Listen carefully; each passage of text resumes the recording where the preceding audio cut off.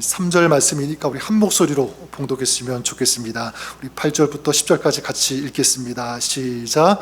루스드라의 발을 쓰지 못하는 한 사람이 앉아 있는데 나면서 걷지 못하게 되어 걸어본 적이 없는 자라. 바울이 말하는 것을 듣거늘 바울이 주목하여 구원받을 만한 믿음이 그에게 있는 것을 보고 큰 소리로 이르되 내 발로 바로 일어서라 하니 그 사람이 일어나 걷는지라. 아멘. 하나님의 말씀입니다. 1941년 미국의 어떤 한 병원에서 어떤 여자아이가 태어났는데 이름이 윌마 루돌프라고 하는 그런 어린아이였습니다. 이 아이는 그 어린 시절에 이 소아마비에 걸리게 되었습니다. 그래서 왼쪽 다리에 그 보행기, 이 보조기를 착용해야만 되었고요. 의사들이 진단하기를 이 아이는 앞으로 제대로 걸을 수 없을 것이다 라는 그런 충격적인 진단을 내렸다고 합니다. 자, 그럼에도 불구하고 이 아이의 엄마는 포기하지 않은 거예요. 매일매일 이 딸의 다리를 마사지 해주었고 장거리 이동을 하면서 치료를 받을 수 있도록 도움을 주었습니다. 그리고 이 윌마 역시도 포기하지 않았어요. 처음에는 이 보조기를 차고 있었는데 이거를 벗고 조금만 걸을 수 있으면 좋겠다라는 그런 소망을 가지고 계속적으로 노력을 한 거예요. 자, 그런데 놀라운 일이 생겼는데 걷지 못할 것이라던 이 아이가 어떻게 되냐면 걷기 시작한 거예요. 걷는 것으로 끝난 것이 아니라 뛰기 시작했습니다. 자, 그러면서 1960년 로마 올림픽에 육상 경기 선수로 출전을 하게 됐고요. 거기에서 금메달 3개를 획득했다고 합니다. 놀라운 일이죠. 한때는 걷지 못할 것이라고 판정받았던 이 아이가 세계에서 가장 빠른 육상 선수 여자가 되었다. 그래서 사람들은 이것을 보고 놀라운 기적이다 이렇게 평가를 많이 하게 됩니다. 그런데 오늘 우리가 읽은 여기 말씀 보니까 사도행전 14장에 더 놀라운 기적과 같은 그런 이야기가 소개되고 있죠. 어떤 이야기냐면 한 번도 걸어보지 못했던 사람이 일어나게 되는 그 이야기가 오늘 읽은 말씀의 내용입니다. 그런데 여기 성경에 보면 이 사람이 누구인지 그리고 이름이 무엇인지 적혀 있지 않아요. 소개하지 않습니다. 성경은 여기에 대해서는 침묵하고 있음을 보게 됩니다.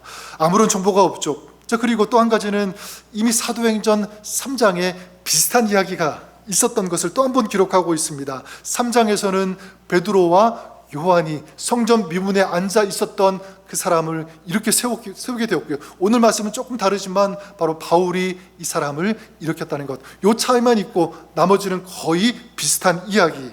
자, 그런데 이 부분에서 질문할 수가 있습니다. 성경은 그러면 왜 이 사건을 또다시 기록하고 있는가? 우리에게 보여주고 우리가 읽도록 하고 있는가? 이 질문. 여러분, 3절밖에 안 되는 아주 짧은 그 이야기, 어떻게 보면 그냥 넘어갈 수도 있고 중요하지 않다, 많은 사건 중에 하나니까 이렇게 생각할 수도 있지만 그렇지가 않습니다. 3절밖에 되지 않는 짧은 이야기지만 이것을 성경에 기록하고 담고 우리가 읽을 수 있도록 한 그 이유가 저는 분명히 있다고 생각해요. 그 이유가 무엇이냐면 바로 이것입니다. 이 메시지, 하나님께서는 한 번도 일어나지 못한 사람을 일으키게 할 수 있다. 하나님은 하신다. 하나님은 그런 분이다라고 하는 이 메시지를 우리에게 주시기 위해서 성경을 기록했다라고 믿습니다. 오늘 말씀 그 8절을 다시 보시면 성경은요, 이 고침을 받은 사람을 뭐라고 소개하냐면 이렇게 소개하죠. 루스드라의 발을 쓰지 못하는 한 사람이 있는데 나면서 걷지 못하게 되어 걸어본 적이 없는 자라, 이렇게 말씀하고 있습니다. 지금 이 사람이 살고 있었던 곳 어디라고 소개하고 있죠? 루스드라예요. 루스드라. 이것은요, 예루살렘도 아니고 안디옥도 아니고 뭐 야고보 이런 것도 아닙니다. 소아시아 남부의 루가오니아라고 하는 지방의 작은 도시예요. 헬라 문화, 이 토착 이방 종교가 굉장히 강했던, 그러니까 다시 말하면 영적으로 굉장히 어두웠던 그런 곳, 그런 도시 속에 살고 있었던 사람인 거죠. 그리고 거기다가 이 사람 이름이 소개가 되고 있습니까? 이름이 언급되고 있지 않아요. 자, 무엇을 알 수 있냐면 영적으로 어두운 곳에 있었던 그런 사람, 거기다가 이름도 밝히지 않았으니까 다른 사람들이 그냥 주목하지 않는 그런 사람, 지극히 평범한 그런 사람이라는 거예요. 아무도 알아주지 않는. 그런데 중요한 것이 무엇이냐면 하나님은 그 사람을 주목하신 줄 믿습니다. 성경에 기록하고 있는 거예요. 또한 그 8절에 보면 이 사람의 상태를 이제 설명하는데 매우 강조하는 것이 무엇입니까? 나면서부터 발을 쓰지 못하고 한 번도 걸어본 적이 없다. 여러분, 한 절 말씀에 똑같은 비슷한 표현을 3번씩이나 넣고 있다는 사실입니다. 왜일까? 무엇 때문이겠습니까? 그만큼 지금 이 사람의 상황이 절망적이다, 너무 어렵다라는 그런 말씀 아니겠습니까? 이 사람은요, 병에 걸렸다가 걷지 못하게 되었다, 걸었었는데 어떤 사고를 만나서 걷지 못하게 되었다, 그거 아니잖아요. 처음부터, 태어날 때부터 걷지 못한 그런 사람들. 그러니까 처음부터 의사의 도움이라든가 재활하거나 훈련받거나 그런 과정이 한 번도 없었던 그런 사람. 그러니까 인간적으로 보면 아무런 희망이 없었던 그런 사람이죠. 그런데 하나님은 어떻게 하셨죠? 오늘 말씀 결론처럼 하나님은 그 사람을, 희망이 없던 그 사람을 일으켜 주신 줄 믿습니다. 여기서 저는 이 복음의 핵심을 좀 발견할 수 있다고 생각해요. 사실 이 사람은 죄로 인해서 영적으로 완전히 무너진 상태에 있는 사람, 그래서 소망이 없는 그런 우리를 상징하는 그런 인물이라고 저는 생각합니다. 여러분, 우리도 마찬가지죠. 죄 때문에 소망이 더 이상 없는 그런 존재였습니다. 스스로 거룩해질 수 없고, 스스로 구원받을 수 없고, 스스로 일어나 하나님 앞에 나아갈 수 없는 그런 존재, 이게 우리 인간의 현실이었던 거예요. 영적으로도 그렇지만 우리의 마음, 우리의 삶도 마찬가지라고 생각합니다. 날 때부터 걷지 못했던 이 사람의 어떤 그 마음을 한번 생각해 보세요. 어떤 마음으로 살았을까? 어떤 생각이었을까? 한 번도 걸어보지 못했으니까 나는 평생토록 걷지 못할 것이라고 하는 이런 포기감, 이런 좌절감, 절망감, 이런 것들이 막 밀려오지 않았겠습니까? 어떤 그런 절망의 그림자 속에 살아갔을 거예요. 그렇지 않겠습니까? 늘 초조하고 염려가 가득하고 불안한 그런 삶이었을 것이다. 충분히 그럴 수 있습니다. 여러분, 그렇다면 우리도 마찬가지라고 생각해요. 우리도 세상에 염려, 걱정, 근심, 두려움, 초조함, 불안감, 이런 것들 있잖아요. 죄 때문에 오는 이런 마음들, 어떤 경우에는 이런 두려움들, 이런 마음의 상처들이 그냥 잠깐 찾아왔다가 쑥 지나가는 경우도 물론 있지만 어떤 많은 경우에는 그렇지 않아요. 이런 세상의 염려, 걱정, 두려움들이 우리를 완전히 올가매는, 우리를 완전히 묶어버리는, 가두어버리는 것과 같은 또 그런 속에 우리가 살아갈 때가 많이 있다라고 하는 사실입니다. 그래서 여러분, 이런 것들이 사실 엄밀히 말하면 무엇인가라고 할 때 저는 저주라는 말, 우리가 많이 사용하는 말은 아니지만 또 듣기 좋은 그런 말은 아니지만 이게 저주죠. 저주는 어떤 특별한 고난, 엄청난 환난, 어떤 고통과 아픔이 찾아올 때 그게 저주다라고 말할 수도 있지만, 물론 틀린 것 아니지만 사실 엄밀히 말해서는요, 여러분, 우리가 죄로 인해서 여전히 우리 삶 속에서 고통받고 있는 그 상태가 뭐냐면 이게 저주인 거예요. 절망 가운데 살아가는 것, 두려움 가운데 살아가는 것. 근데 여러분, 이런 저주, 이 죄의 저주, 질병의 저주, 어떤 마음, 이 절망의 저주 가운데 우리가 도저히 벗어날 수 없다, 그런 절망적인 존재라는 거예요. 그런데 오늘 말씀 10절에 보니까 그런 사람에게 바울이 뭐라고 선포합니까? 내 발로 바로 일어서라 외치는 것, 선포했습니다. 그랬더니 그 사람이 일어나 걷는지라. 무슨 일이 일어났습니까? 일어나서 걷게 된 줄 믿습니다. 성경은 여기 보면 그가 다시 걸었다 이렇게 말하지 않고 걸어본 적이 없는 사람이 일어나 걷게 되었다, 그렇게 볼 수가 있는 거죠. 사실 이건 육신의 어떤 다리만 힘을 얻어서 일어났다라고 보기에는 좀 뭔가 부족합니다. 제가 볼 때는 지금 이 사람이 다시 일어났는데 뭐가 일어나냐면 그의 마음이 어떤 마음이었죠? 절망, 무너진 그 마음이 다시 일어난 거예요.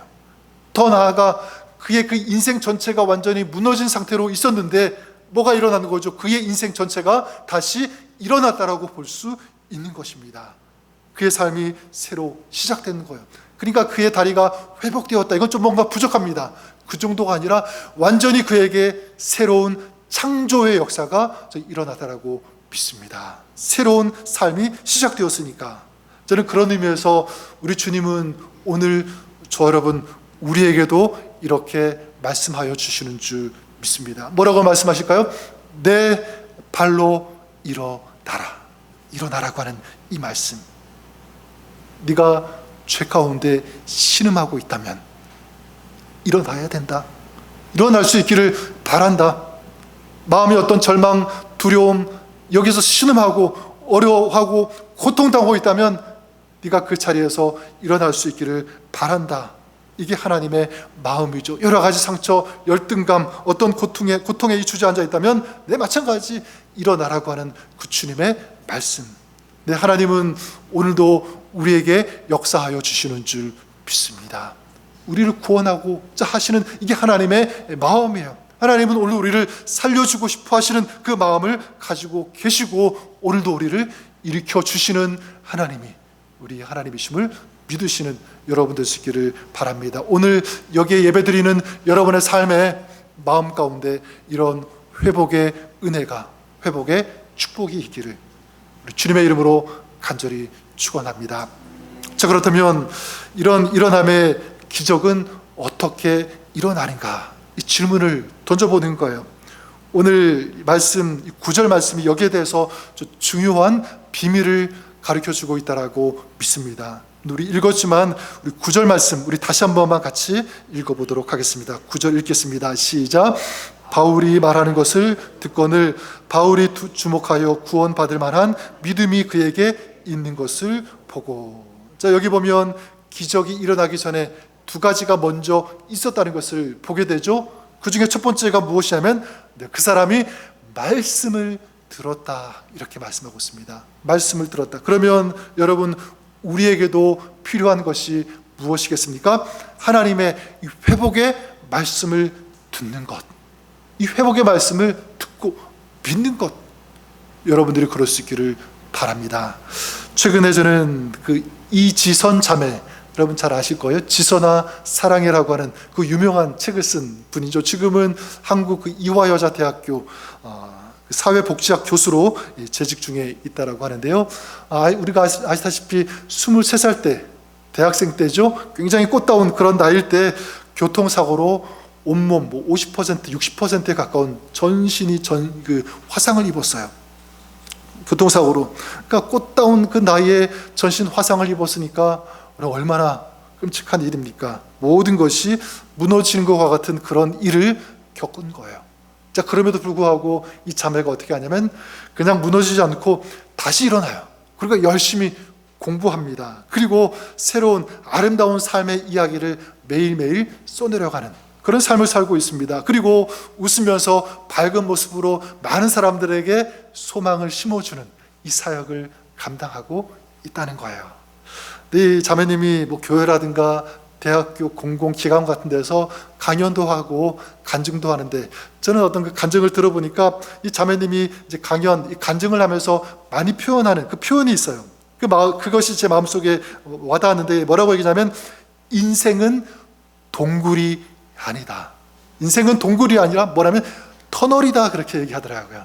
동굴이 아니고 터널이다. 왜냐하면 터널은 끝이 있기 때문에. 동굴은 끝이 없지만 터널은 길어도 아무리 길어도 끝이 있지 않아요.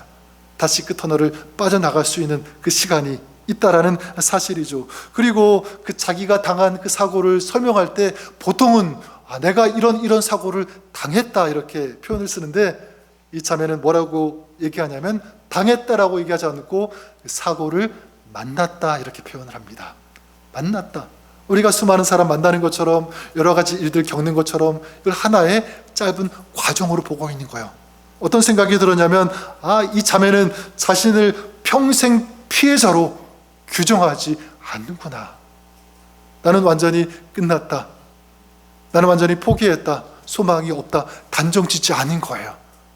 이제 새로운 시작이 있다, 어떤 그런 마음을 가지고 있었다는 거죠. 여러분, 어떻게 이럴 수 있을까? 모든 것이 다 무너지고 끝났다라고 밖에 생각할 수 없는데 어떻게 다시 일어날 수 있었는가? 제가 찾은 답은 이것입니다. 이 자매의 마음에 뭐가 있었냐면 하나님을 향한 믿음이 있었다라는 사실입니다. 이런 고백을 하더라고요. 내 인생은 사고 이전과 이후로 나뉘어지지 않는다.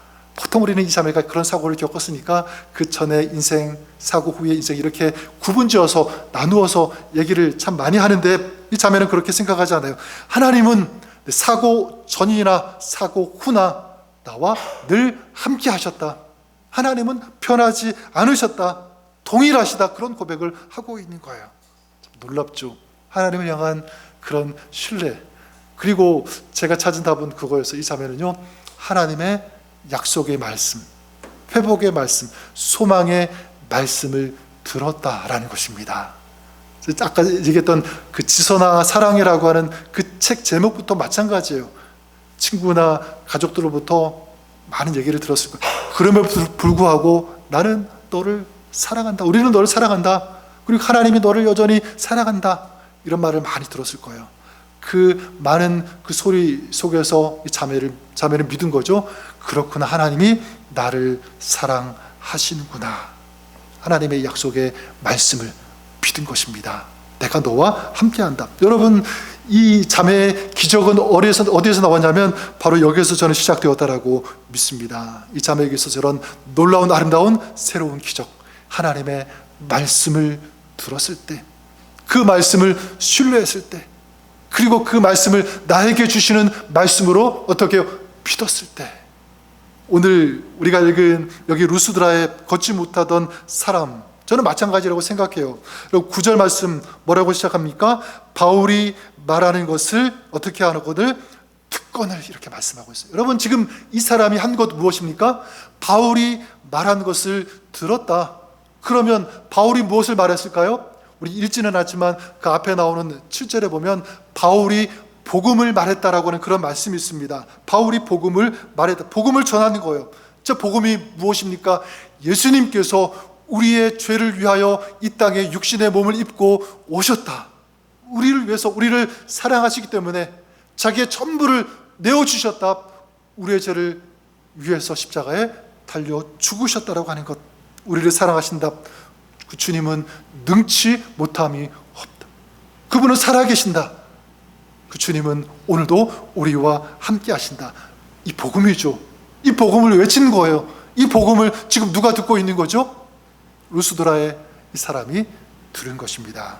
여러분, 잘 보시면 이 사람이 이제 나중에 걷게 되는데, 이 사람이 그 복음을 듣고 믿은 것, 여러분, 자기가 고침을 받고 그 말씀을 믿은 것 절대로 아니잖아요.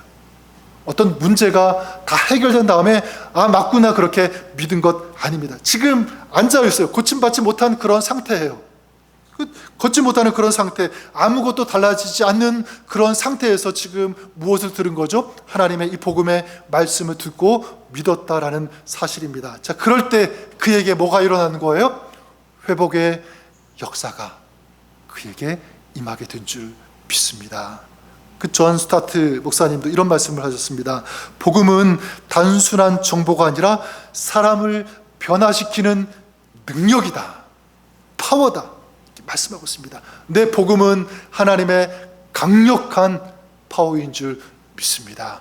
어떤 것도 바꿀 수 있는, 고침, 새롭게 할 수 있는 능력이 되는 것, 바로 이 사람이 고침을 받을 수 있었던 것, 무엇 때문입니까? 바로 복음 때문인 줄 믿습니다. 복음 때문에. 그러니까 복음은 어떤 사람을 망가진 것을 조금 고치는 그런 정도가 아니에요. 복음은요, 죽은 사람을 살리는 능력이 있는 줄 믿습니다. 완전히 무너진 그 인생을 새롭게 하는 그런 능력이 있는 이것이 복음이라는 사실입니다. 저는 그런 의미에서 저와 여러분, 우리가 그랬으면 좋을 것 같아요. 우리의 인생이 무너졌다라고 생각될 때, 우리의 가정이 무너졌다라고 생각될 때, 흔들릴 때, 건강도 마찬가지죠. 건강이 이제는 내가 무너졌다, 어떻게 할 수 없다라고 생각되어질 때, 그래서 마음이 낙심될 때, 주님의 이 음성을 들으시는, 주님의 말씀을 듣고 그 말씀을 붙잡는 여러분 될 수 있기를 바랍니다. 어떤 말씀이죠? 내가 너를 사랑한다. 내가 너와 함께 있다. 이사야 41장에 말씀하지 않습니까? 두려워 말라, 내가 너와 함께 함이라. 놀라지 말라, 나는 내 하나님이 되리라. 내가 너를 굳세게 함이라. 참으로 너를 도와주리라. 참으로 나의 의로운 오른손으로 너를 붙잡으리라 라고 하는 약속의 이 말씀, 우리에게 주시는, 나에게 주시는 말씀으로 붙잡고 신뢰하는 여러분 될 수 있기를 주님의 이름으로 간절히 축원합니다. 그래서 우리에게 중요한 것은 어떤 나에게 지금 닥치고 있는, 나에게 지금 임하고 있는, 내가 만나고 있는 상황 더 커 보이죠. 네, 여러분, 더 중요한 것은 무엇이냐면 바로 하나님의 말씀인 줄 믿습니다. 그 하나님의 말씀을 내가 어떻게 듣고 있는지, 어떻게 반응하고 있는지, 어떻게 신뢰하고 있는지, 이거예요. 그러니까 여러분, 전 여러분의 현실보다 하나님의 말씀을 더 신뢰할 수 있기를 바랍니다. 내 마음속에 있는 상처와 두려움, 걱정, 염려가 아무리 크다고 할지라도 그것을 이기고 치유하고 회복시킬 수 있는 능력이 있는 하나님의 말씀을 들으시는, 그 말씀을 신뢰하는 여러분 될 수 있기를 주님의 이름으로 간절히 축원합니다. 그렇기 때문에 우리가 어떻게 되냐면 내 말씀이 있는 자리에 나와야 되는 거죠. 말씀이 선포되어지는 그 자리 사모해야 되는 거예요. 그래서 예배가 중요한 것이고, 뿐만 아니라 여러분의 삶의 자리에서도 하나님의 말씀을 가까이 하고 그 말씀을 듣는 그런 거룩한 성도의 삶을 살아가는 여러분 될 수 있기를 우리 주님의 이름으로 간절히 축원합니다. 한 가지만 더 말씀드리면, 이런 일어남의 기적 어떻게 일어나는가라고 할 때 구원에 대한 간절함이 있어야 된다, 이렇게 말씀드리고 싶어요. 구원을 향한 간절함, 뜨거움, 사모함이라고도 할 수가 있을 것입니다. 오늘 말씀 그 9절을 보면 이렇게 말씀하고 있죠. 바울이 주목하여 구원받을 만한 믿음이 그에게 있는 것을 보고 이렇게 말씀합니다. 여기 이 말씀을 자세히 보면 고침, 이 다리를 고침을 받을 만한 믿음이 있다, 이렇게 얘기하지 않죠? 그런 믿음이 아니라 구원받을 만한 믿음, 이렇게 말하고 있습니다. 구원받을 만한 믿음. 이 구원이라고 하는 이 단어, 헬라어로 소조라고 하는 그런 단어를 사용하고 있는데, 이 소조는요 그냥 단순히 육신의 질병만 낫는 그런 구원이 아닌 거예요. 뭐를 포함하고 있냐면 마음의 질병, 여기에서 벗어나는, 해방되고 자유케 되는, 구원받는 그런 것, 더 나아가 우리 영혼의 구원까지 다 포함되는 것입니다. 그러니까 하나님의 완전하신, 온전하신 회복을 지금 구하고 있는 거죠. 지금 이 사람의 마음속에 그 마음이 있었고 믿음이 있었다라는 것입니다. 여러분, 따라서 이 루스드라의 이 사람은 무엇을 믿고 무엇을 사모했는가? 단순히 그냥 다리만 나는 것 아니죠. 물론 그것도 굉장히 중요한데, 더 나아가 이 사람의 마음속에는 삶 전체가 회복되어지는 것, 그거 바라고 있었던 거예요. 영원히 구원받는 것까지 나도 걸어보고 싶다, 이 마음, 이 믿음이 있었고요. 나도 이 두려움과 염려에서 벗어나고 싶다, 그리고 나도 죄의 이 저주에서 벗어난 인생이 되고 싶다라고 하는 이 강력한 열망, 이 소망이 그에게 있었다. 지금 그 마음속에 그런 믿음이 있었다는 것을 누가 본 거죠? 바울이 본 거예요. 바울이 보았다는 것은 무엇이냐면 주님의 눈으로 보고 있으니까, 또 주님의 사역을 하고 있으니까 그 마음속에 그 믿음이 있다는 것을 누가 보았냐면 저는 주님께서 보셨다라고 믿습니다. 그 마음속에 그 구원받을 만한 믿음이 있는 것을 보고 주님께서 고쳐 주시고 회복시켜 주신 줄 믿습니다. 네, 하나님은 이렇게 간절하게 구하는, 사모하는 영혼을 절대로 외면하지 않으시는 줄 믿습니다. 우리 지난 얼마 전에 팔복에 대해서 나누지 않았습니까? 의에 줄이고 목마른 자는 복이 있나니 그들이 배부를 것이요. 네, 무슨 뜻입니까? 네, 하나님의 은혜를 간절히 사모하면, 구하면 하나님께서 영적인 은혜의 만나를 먹여주신다는 것이죠. 허락해 주신다는 사실입니다. 주님께서 역사하신다. 하나님의 그 열심이 그 삶 가운데 임하게 된다라고 하는 놀라운 축복의 말씀인 줄 믿습니다. 따라서 여러분, 문제는 무엇이냐? 우리는 자꾸 문제, 어떤 환경, 어떤 상황들, 어떤 일들에 더 많이 반응할 때가 있는 것 같아요. 저 문제가 얼마나 큰가? 저 문제가 얼마나 심각한가? 그걸 자꾸 연구하고 거기에 반응하지만 사실 성경은 우리의 마음을 진단합니다. 우리의 마음을 보라는 거예요. 어떤 마음을 가지고 있는지. 문제는 우리의 마음, 어떤 마음을 가져야 되는 거예요? 정말 주님을 사모하는 그 마음 가져야 되는데, 주님의 은혜를 갈망하는 그런 마음이어야 되는데 그렇지 못하는 것에 대해서 성경은 말씀하고 있는 것입니다. 여러분, 저는 저와 여러분들이 그럴 수 있기를 바랍니다. 하나님, 정말 주님의 은혜를 사모합니다. 주님의 회복, 저에게 우리 가정 가운데, 우리 삶 가운데 허락하여 주옵소서. 이런 간절함이 있을 때 뭐가 시작되는 거죠? 하나님의 은혜의 역사가 시작되는 줄 믿습니다. 아까 광고 시간에 우리 조공숙 권사님 소식을 전해드렸는데, 주님의 부르심을 받고 주님의 품에 안기셨습니다. 자세한 그 전후 사정은 제가 다 설명드릴 수 없지만, 어제 아침 권사님 댁에 가서 문을 경찰을 불러서 열게 되었고요.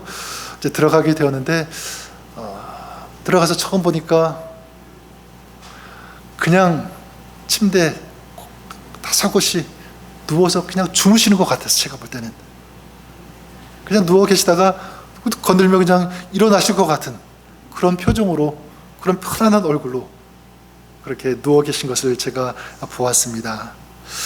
그 모습을 보는데 권사님의 삶이 주마등처럼 쑥 지나가더라고요. 권사님은 정말 주님을 사모했습니다.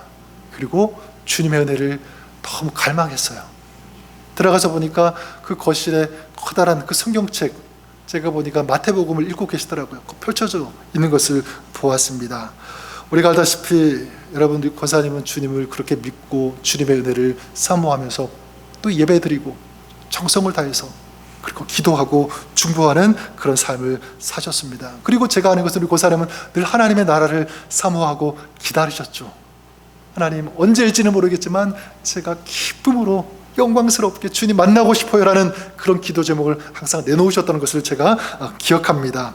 그 바람대로 저는 그렇게 되었다라고 생각해요.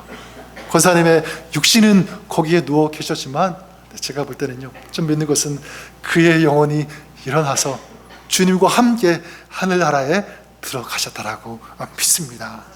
그러니까 몇 시간 후에 또 이제 장의사가 와가지고 이제 그 권사님의 그 시신을 이제 수습하고 이제 가지고 이렇게 모시고 나가는데, 눕혀서 실려가시는 그 권사님을 이제 뒤에서 따라가면서 보았는데 제 마음속에 그런 생각이 들더라고요. 또 이런 확신이 들었습니다. 저렇게 실려가시고 누워 계시고 또 이제 얼마 후에 장례를 치르고 땅속에 눕혀 누워 계시겠지만, 어떤 마음이 들었냐면 주님께서 다시 오시는 그날 가장 영광스러운 몸으로 일어나실 것이다. 부활하신 몸으로 일어나실 것이라고 하는 그 마음이 저한테 밀려왔습니다.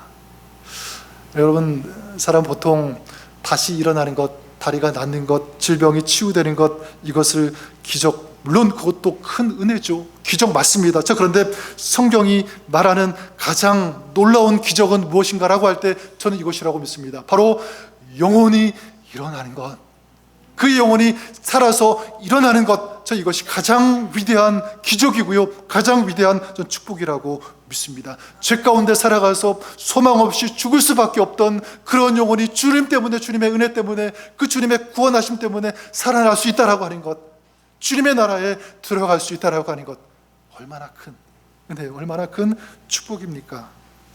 자, 그렇다면 여러분, 우리도 어떻게 살아야 될까? 무엇을 사모하면서, 무엇을 기다리면서 살아야 될까?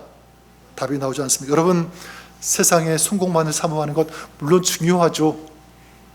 건강하게 오랫동안 사는 것도 물론 너무나 중요합니다. 세상이 주는 안정감, 이걸 취하면서 누리면서 그 가운데 살아가는 것도 굉장히 중요합니다. 하지만 무엇보다도 우리는 하나님의 구원을 사모해야 되는 줄 믿습니다. 주님을 사모하는 것, 더 나아가 하나님 나라를 사모하는 것. 여러분, 주님께서 우리를 언제 부르실지 모르잖아요. 그렇기 때문에 우리도 두렵고 떨림으로 하나님을 사모하면서 하나님의 은혜를 갈망하면서 주님과 동행하는 그런 삶 살기를 힘쓰는 그런 여러분, 우리의 삶이 될 수 있기를 우리 주님의 이름으로 간절히 축원합니다. 그래서 오늘 저와 여러분의 삶, 가정이 혹시라도 실패하고 넘어지고 무너졌다라고 생각되는 그런 부분들이 있습니까? 그런 시간 속에 여러분들이 살아가고 있습니까? 여러분 기억하십시오. 우리 주님은 우리를 기억하시고 우리를 주목하시고 우리의 삶의 자리에 찾아오시는 줄 믿습니다. 그리고 말씀하시는 거예요. 오늘 말씀처럼 일어나라. 주님께서 우리를 향하여 그렇게 말씀해 주시는 줄 믿습니다. 그가 찔림은 우리의 허물 때문이요 그가 상함은 우리의 죄악 때문이라. 그가 징계를 받음으로 우리는 평화를 누리고 그가 채찍에 맞음으로 우리가 나음을 입었도라 하는 이 말씀, 이 하나님의 약속의 말씀을 신뢰하고 그 말씀을 붙잡는 여러분 될 수 있기를 주님의 이름으로 간절히 축원합니다. 이런 하나님의 회복의 말씀을 붙잡고 그리고 하나님의 구원을 간절히 사모할 때 우리 주님께서 우리에게 일어나라 말씀하시는 줄 믿습니다. 그렇게 말씀하실 때 우리의 삶에도 어떤 기적이 일어남의 기적이, 어떤 회복이 일어남의 회복이 일어나게 되는 줄 믿습니다. 저는 그런 의미에서 여러분들을 우리 주님의 이름으로 축복합니다. 여러분의 삶이 일어날 수 있기를 바랍니다. 여러분의 건강이 일어날 수 있기를 바랍니다. 여러분의 무너졌던 마음이 혹시 있다면 그 마음이 다시 일어나고 새롭게 되고 힘을 얻는 그런 여러분, 이런 은혜가, 이런 축복이 있기를 주님의 이름으로 간절히 축원합니다. 무엇보다도 여러분의 영혼이 믿음으로 구원받는, 살아나는, 회복되어지는 이런 구원의 역사가 여러분 가운데 임할 수 있기를 우리 주님의 이름으로 간절히 축원합니다. 그래서 오늘 말씀 정리하면 오늘 말씀 3절밖에, 읽은 바와 같이 3절밖에 되지 않아요. 근데 여러분, 3절밖에 되지 않는 그런 짧은 이야기가 이 성경에 기록되어 있습니다. 그 사람이 소개가 되고 있죠.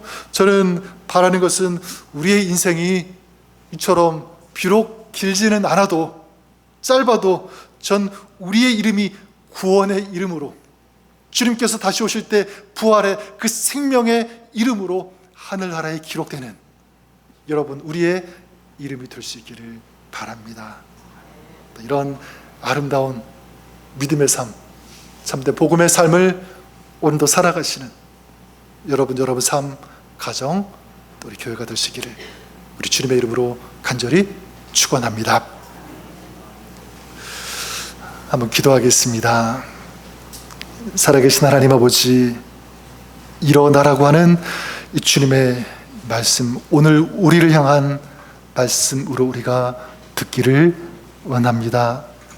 하나님, 우리 삶의 마음에, 우리 영에 무너졌던 것이 있다면 다시 새롭게 하시고 일어나게 하여 주시옵소서. 회복의 은혜, 이 치유의 은혜 저희들에게 허락하여 주옵소서. 예수님의 이름으로 기도드립니다. 아멘.